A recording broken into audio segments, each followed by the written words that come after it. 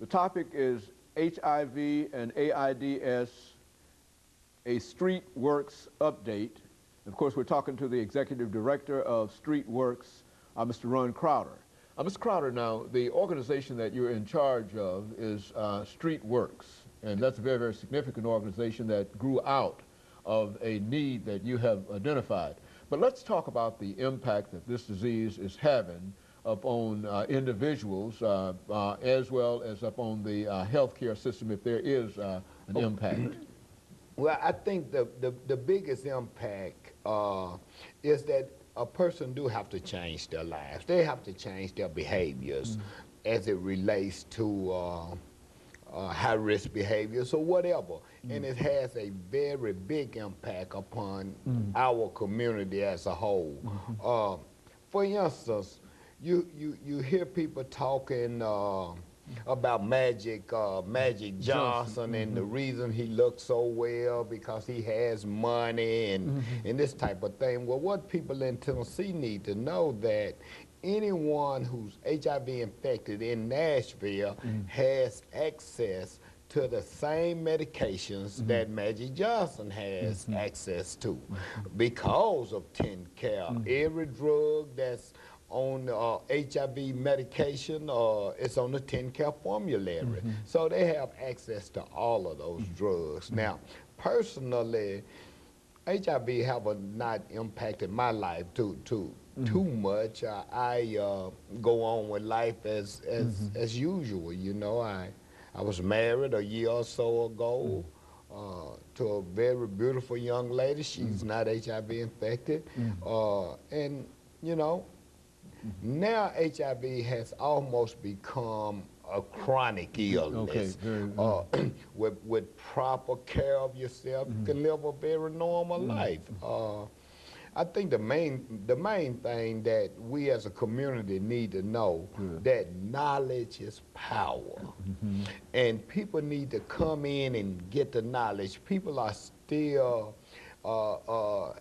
having missed about how you can get it, and people still refuse to come into our offices for fear that if they come into my office to get information that someone gonna say, well, there goes somebody with AIDS, and that's not it. Come in, get the information. Like I say, knowledge is power. And you need the information. You know, you mentioned this whole idea about education. I think that each time that we talk about this issue, that is the main point that I think you try to point out here. But now, education. We've tried to educate. We've been educating folks for the last 10 or 12 years in reference to this disease, but it still seems that we are missing a large group. As a matter of fact, that's one of the reasons that you established Street Works, so that you could reach that group. What do we do in order to increase the number of individuals that we are reaching with the message of education? Well, Dr. Haney, one of the things I really like to applaud you on is having me come in so we could have these type of discussions to let people know it's okay. You know, no one deserves HIV. There's no innocent or guilty party in this whole thing. It makes no difference. No one deserves it. You know, they have this notion that if a baby is born with it, they're an innocent HIV person, or if someone was an IV drug user, then they deserve what they get, or if that person was participating in risky behavior such as homosexual or gay person. No, that's not true. You know, the fact of the matter is no one deserves this. You know what I'm saying? And again, education is the key since there is no cure. You know, Street Works is involved, is partnering with Vanderbilt as we speak, and the National Institutes of Health through a agency called Ogilvy up in D.C. to do vaccine awareness, and we can talk a little bit more about that later, but you know, there's no cure, there's no vaccine as of right now, there's no vaccine, and the thing is, we just cannot get our community involved. It's like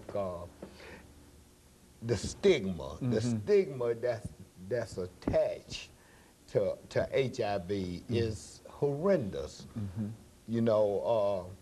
Now you mentioned the fact that it's difficult to get African Americans involved in recognizing the issue, but now you also, I think, indicated that there's a great discrepancy between African Americans who have this disease and non-African Americans. Speak to that issue. Okay, right now we know that 1 in 50 African American men are infected with HIV.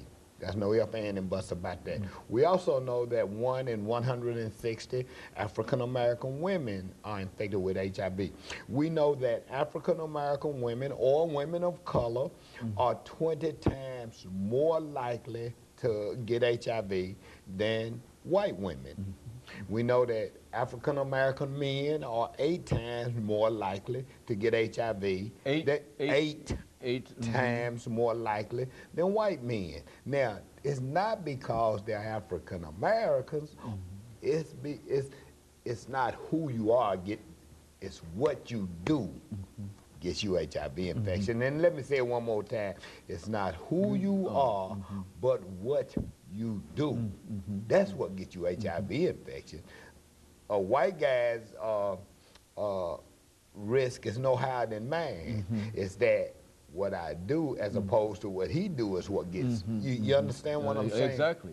So that's the issue. So now we did a show quite recently dealing with childhood obesity, and it all boiled down to individual responsibilities and individual decisions and et cetera. While that might not have been it's not entirely an individual decision because there are environmental factors and et cetera.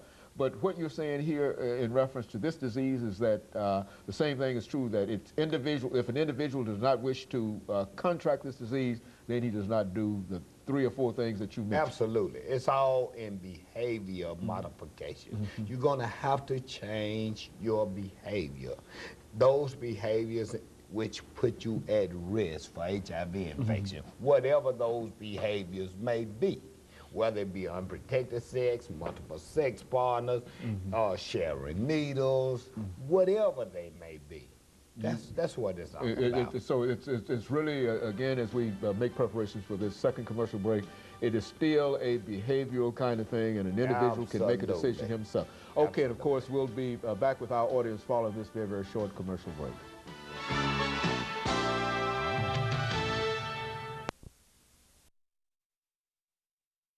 The topic is HIV.